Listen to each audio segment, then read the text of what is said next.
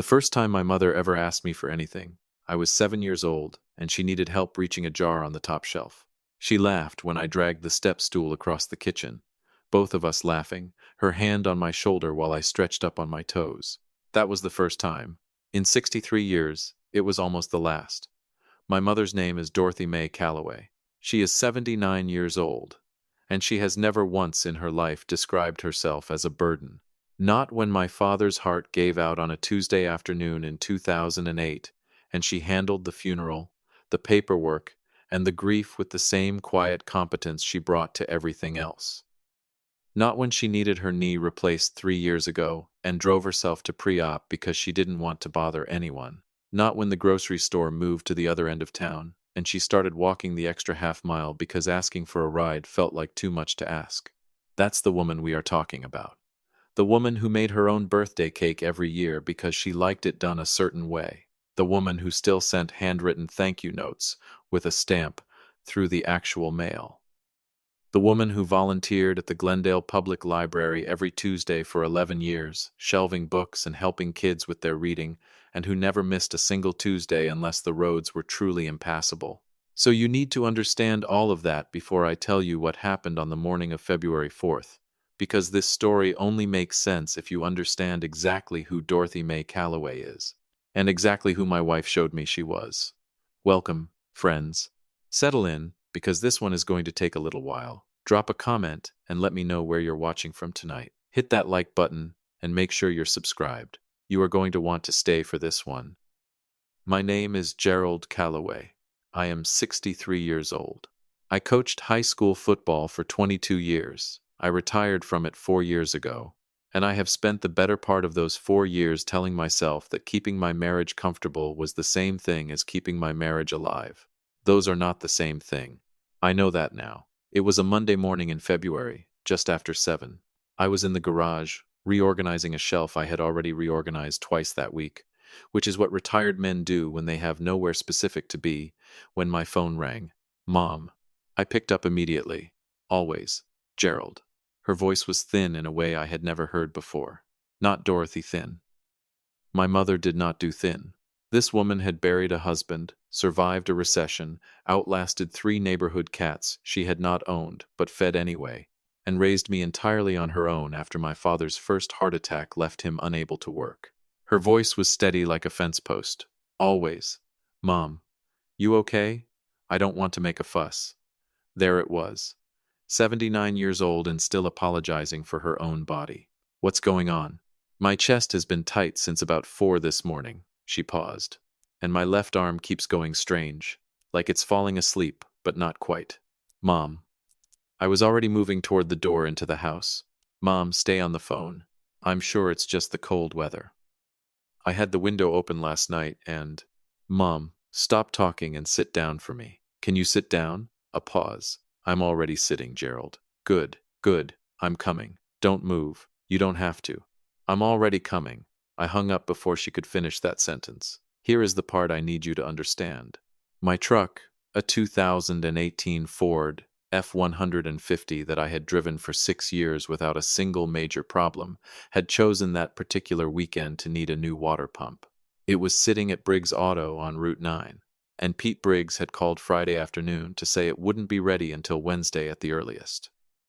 I had nodded along on the phone like a man who had backup plans, and then I had not made any backup plans, because my mother was 79 years old and healthy and lived 12 minutes away and nothing was supposed to go wrong. Diane's car, a white Lexus SUV she had bought herself 2 years ago without asking my opinion on the make, model, color, or price, was sitting in the driveway, full tank. She'd filled it Sunday on the way home from her sister's. Diane was upstairs.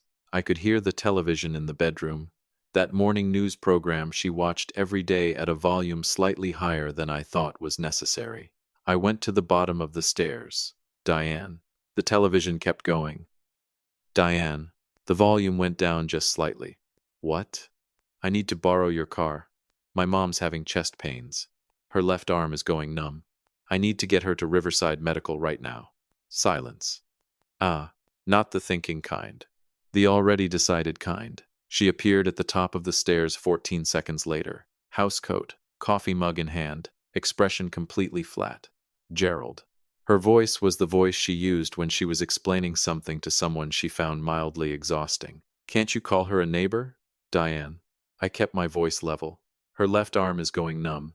That's not a wait for a neighbor situation. She pressed her lips together. So call an ambulance. She had a terrible experience with an ambulance when Dad died. The paramedics made a decision without asking her, and she's never gotten over it. You know this. We have talked about this. She looked at me over her coffee mug. Gerald, I have a 9 o'clock call with the Hendersons. You know how long I've been trying to get this listing. I cannot cancel it. I cannot reschedule it. And I cannot sit in a hospital waiting room all day. I am sorry about Dorothy. I truly am, but I cannot miss this call. I stood at the bottom of those stairs, and I looked up at my wife of 14 years, and I waited 1 full second, because some part of me even then was still hoping she would hear herself. She didn't. She can call a cab, Gerald. She lifted her mug. Or a ride share. It's really not complicated. She turned and walked back toward the bedroom. The door closed behind her. Quietly. That quiet landing was the part that followed me for days afterward. Not a slam, not a fight, not even the courtesy of real anger. Just a door easing shut, like the conversation had reached its natural conclusion. I stood there for 3 seconds exactly. Then I pulled out my phone and called my neighbor, Roy Dempsey. Roy Dempsey is 68 years old. He is a retired mail carrier who has lived next door to me for 9 years and who has never, not once in 9 years, failed to wave back when you waved at him. He keeps a garden that his late wife started, and he keeps it exactly the way she kept it, which I have always thought was one of the most quietly decent things a man could do. He drives a 12-year-old Buick LeSabre that he maintains with the same meticulous attention he gives that garden. Roy. I need a favor, and I need it in the next 5 minutes. Calloway. What do you need? My mom is having chest pains. My truck is in the shop. Can you drive us to Riverside? Not even a pause. I'm backing out right now. Meet me at the curb. That was it. No conditions, no calendar check, no this is really complicated for me. He was at the curb before I had my jacket fully on. I called Mom back as I jogged to the end of the driveway. I'm 2 minutes out, Mom. Roy's driving. You don't need to do a single thing except unlock the door and stay seated. Gerald. I feel terrible pulling Roy into this. Mom. I used the voice. The one she taught me, actually. Quiet and absolute. Unlock the door. Sit down. I'm coming. A small sound. Like she was smiling and trying not to. Okay, baby. Roy pulled up in front of Mom's house on Sycamore Lane 4 minutes later. The white rancher with the green door and the window boxes she still planted every spring with the same red geraniums she had planted for 37 years. I went inside, found her in her good chair in the living room, already in her coat. Her navy blue wool coat that she wore to anything she considered important. She had her purse in her lap. She had been ready. That got me. That got me somewhere deep and quiet, that she had gotten herself ready, because she always got herself ready. Even now, even this morning, because Dorothy May Calloway did not allow people to wait on her if she could help it. I took her arm gently and walked her to Roy's car. She reached forward and squeezed Roy's shoulder before she even sat down. Roy Dempsey, I am so sorry to drag you out on a Monday morning, Dorothy. His voice was warm and steady. I was just going to watch the news. Nothing worth watching anyway. She laughed. An actual laugh. And I looked out the window at the Glendale morning and felt two things at exactly the same time, sitting so close together I could barely separate them. Gratitude, so sharp it was almost pain, and something else, something cold and still, sitting right next to the gratitude like a stone dropped into a quiet lake. I left it alone for now. There would be time. Riverside Medical Center's emergency entrance was busy for a Monday. We checked in at 7:51 in the morning. A nurse named Thomas, young, fast, no wasted movement, got Mom into a room within 20 minutes. The attending physician was a woman named Dr. Anita Vasquez, compact and direct, the kind of doctor who made eye contact when she talked to you rather than at the clipboard in her hand. Mrs. Calloway, I want to run an EKG and pull some blood work right away. The symptoms you're describing need to be ruled out before we do anything else. She said it calmly, but the word ruled out told me everything I needed to know about the word she was being careful not to say.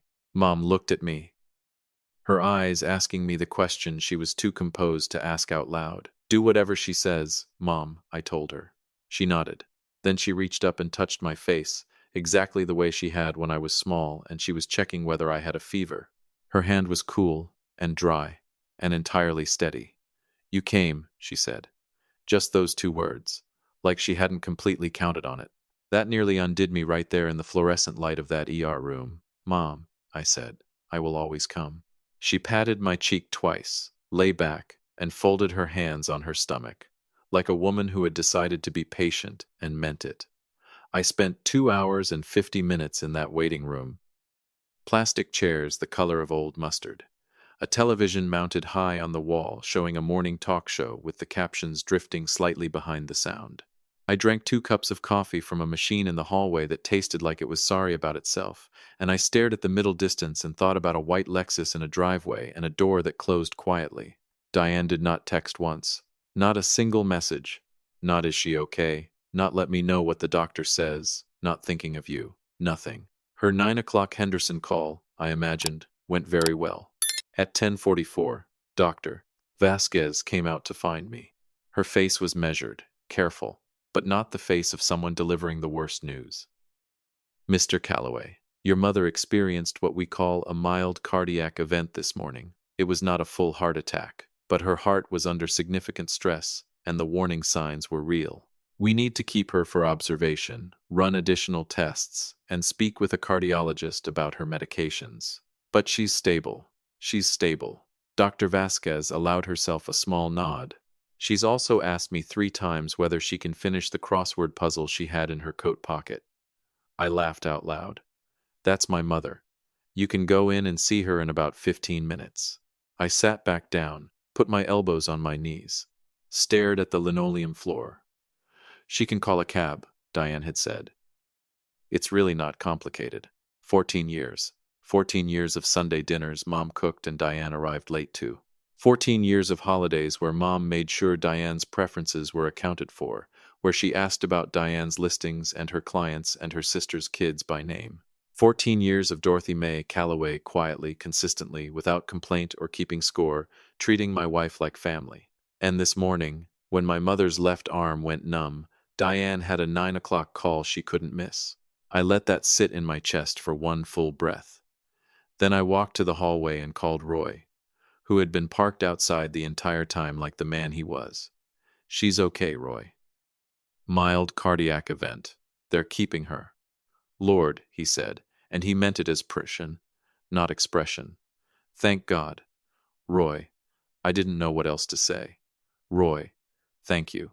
Gerald. His voice was firm and gentle in equal measure. Don't mention it.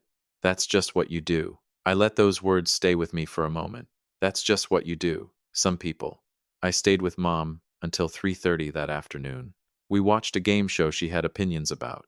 She beat me at a word game she invented on the spot, using things she could see from the hospital bed, which was honestly impressive given she was the one attached to a heart monitor. She had more color in her face by noon and was arguing gently with the nurse about the salt content of her lunch by 1, which I took as a very good sign. At 3:15, before I left, she took my hand. Gerald. Her voice had changed. That thin morning voice was entirely gone. This was her other voice. The one that arrived when something needed saying and she had decided the time had come. Yeah, Mom. Diane didn't come. It wasn't a question. It was never a question with Dorothy. She observed things with the accuracy of a woman who had been watching people for 79 years and had long since stopped pretending she didn't see clearly. She had a work call, I said. Important listing. Mom looked at the window. The February light was flat and pale over the Glendale skyline. She didn't respond to that immediately. She just held my hand and looked at the window, and I watched something settle across her face. The way a decision settles. Quiet and final, and entirely without drama. Gerald. Yeah. Has she come to the hospital before? I didn't answer right away. Mom looked back at me. When you had your shoulder surgery 2 years ago. Did she come? She came the first day. And then? She had closings. Mom nodded slowly. Your father's memorial service. The one we held on his birthday. That Saturday 3 years ago. Did she come? She came late, I said.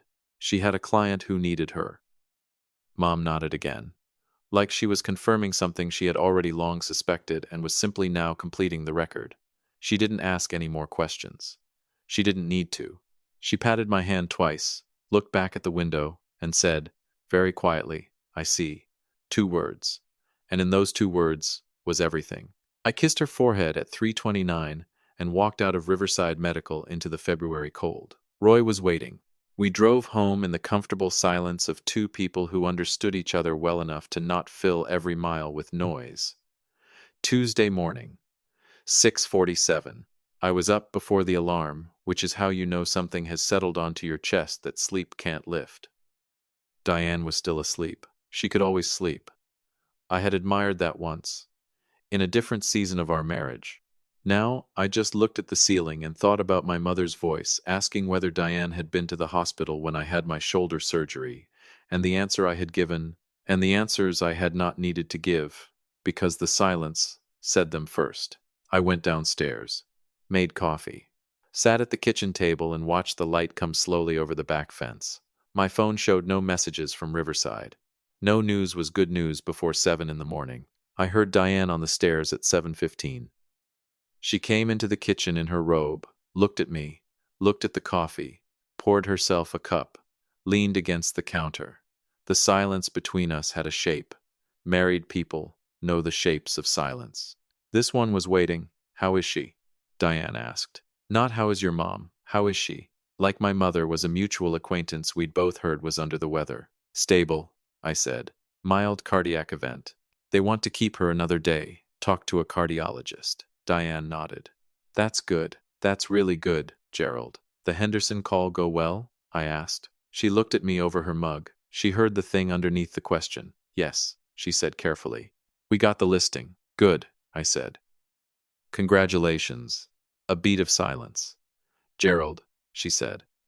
I want to explain about yesterday. You don't have to. I want to. She set her mug down.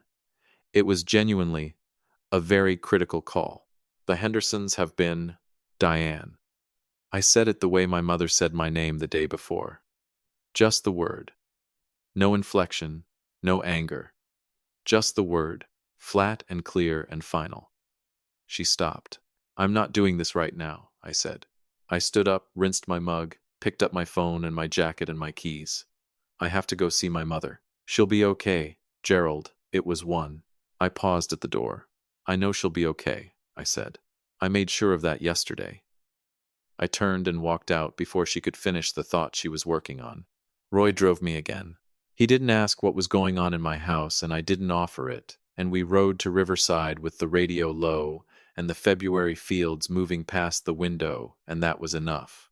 Mom was sitting up when I arrived, full color back, her own cardigan on, which she had apparently requested with considerable firmness, because hospital gowns were for people who had given up, and Dorothy May Calloway had not given up.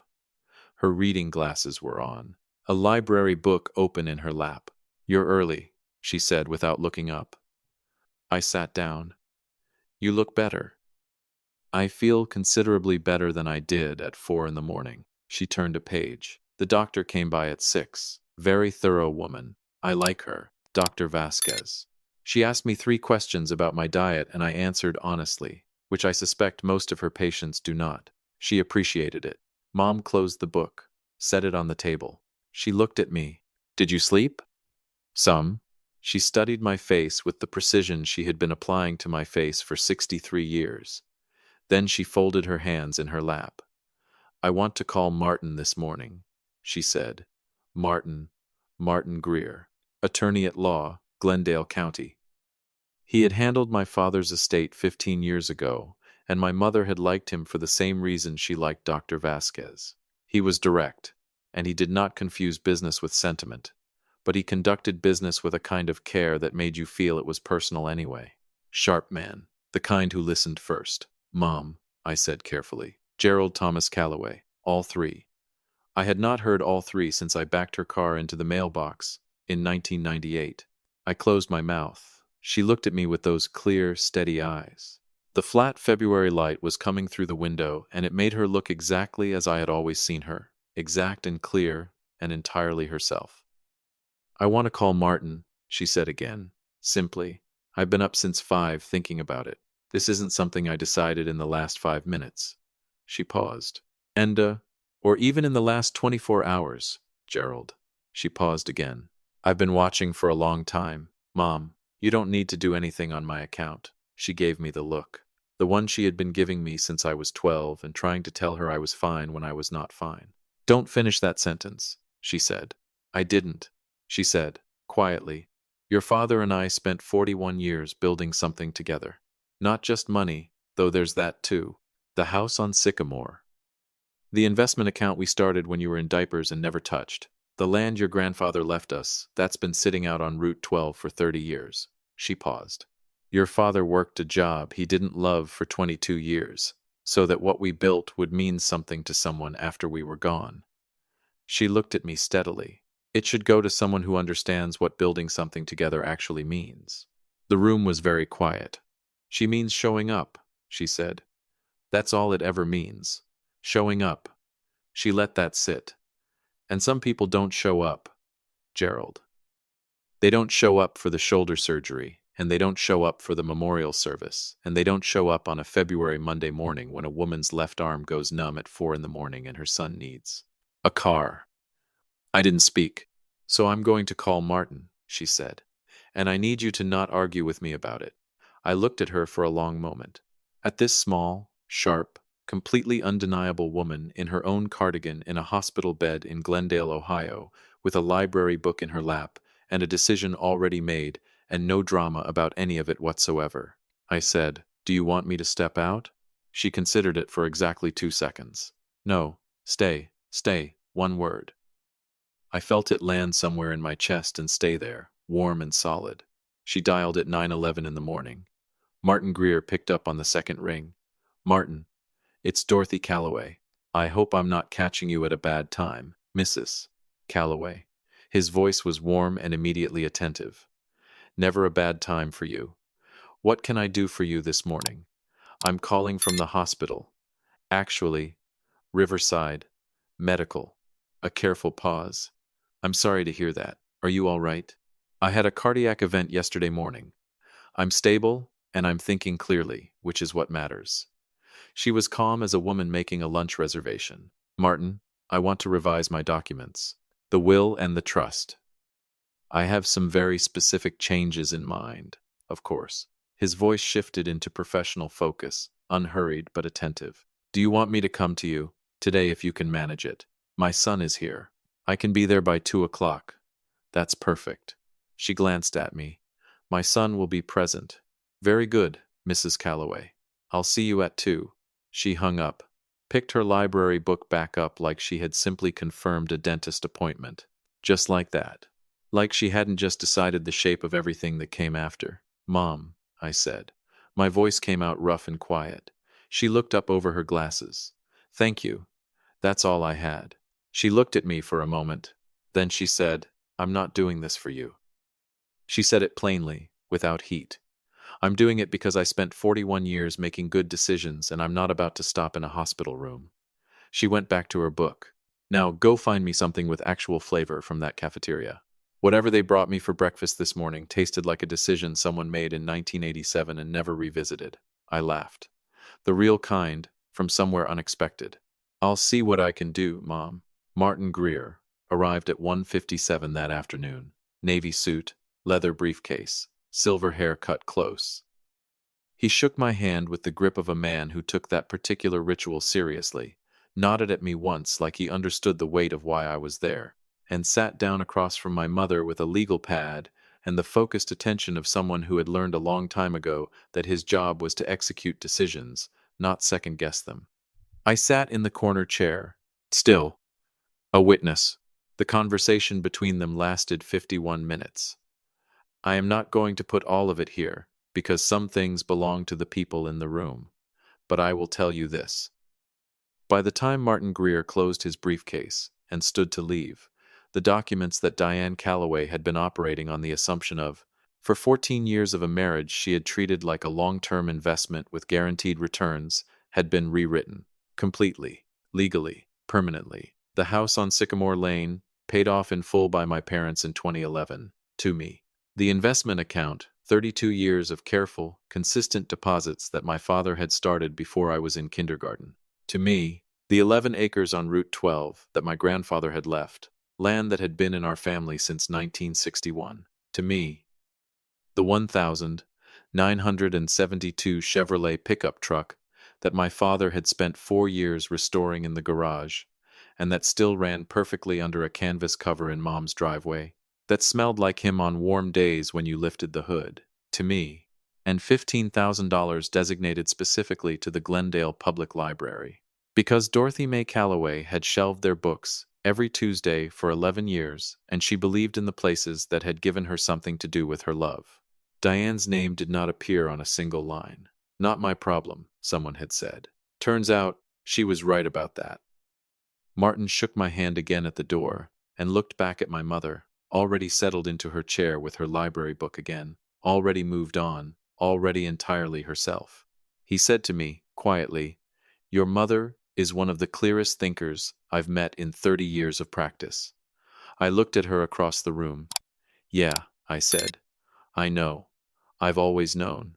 I left Riverside at 4:15. Roy was in the lot. He read my face the way a man reads the face of someone he has known for 9 years, and simply nodded.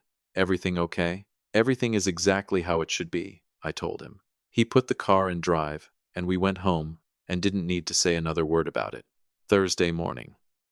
My truck was back from Briggs Auto by 9.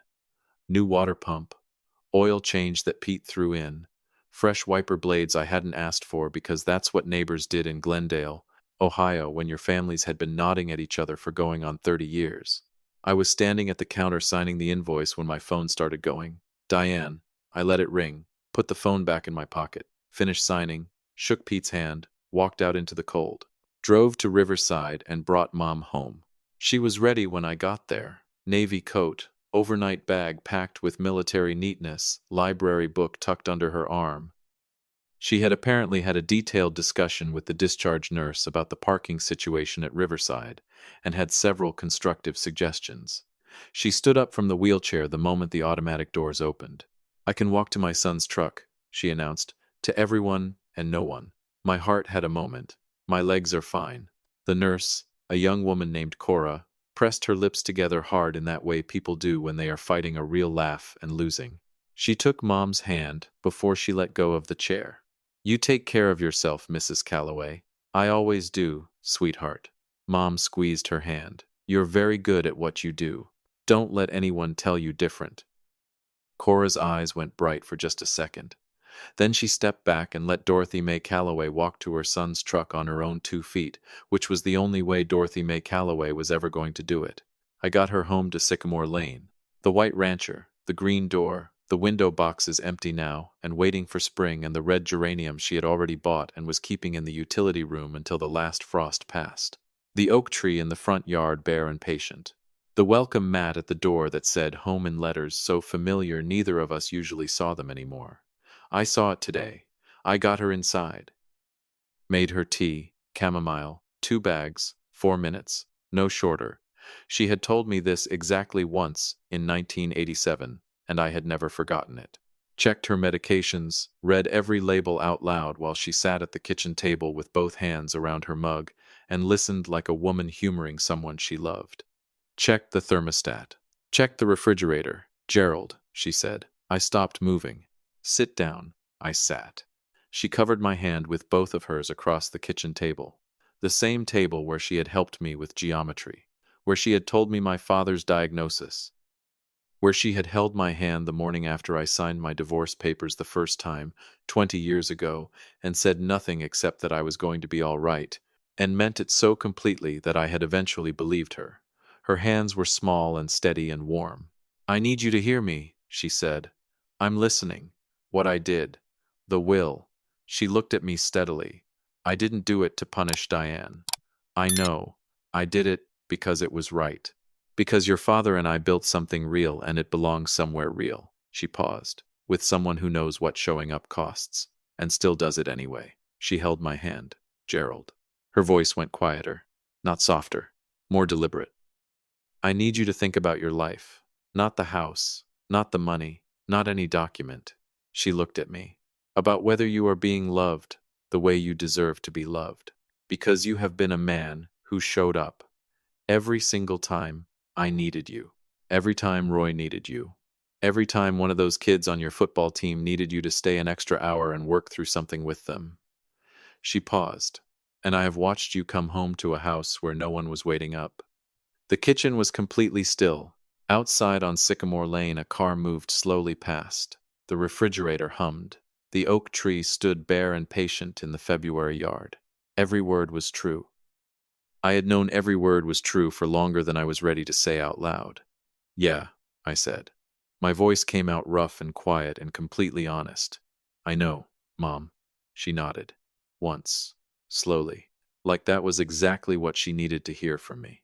Then, she patted my hand, the way she had patted my cheek in the hospital room. Twice. Gentle. Final. Good, she said. She picked up her tea. Now, are you going to look at that phone or keep ignoring it? My phone had been buzzing on the table between us. I turned it over. Diane. Call number 22 before noon. I looked at the phone, looked at Mom. She raised one eyebrow. Not yet, I said. The corner of her mouth moved. Not yet, she repeated quietly, like she was tasting the patience in those two words and finding it correct. Not yet. I left Sycamore Lane at 1:30, drove home, parked in the driveway behind the white Lexus, sat in my truck for a full minute with the engine off, and the February quiet all around and 38 missed calls on my phone. Went inside. Diane was in the living room, perched on the edge of the couch, both hands wrapped around her phone, her composure cracked in a way I had never seen in 14 years. She looked up the second I came through the door. Her eyes were raw and sleepless, and behind them was something I recognized as the specific look of a person who has spent an entire day understanding fully and finally the size of what they have done. Good, said something quiet in the back of my mind. Sit with that. Stay there as long as it takes. Gerald. She stood. I have been trying to reach you all day. I know. I set my keys on the hook, thought about Monday morning. About the drive to Riverside with Roy, and the morning light on the fields and the thin sound of my mother's voice saying I don't want to make a fuss. About the waiting room and the bad coffee and Dr. Vasquez's measured face. About the navy coat folded over the chair. About 2 words. You came.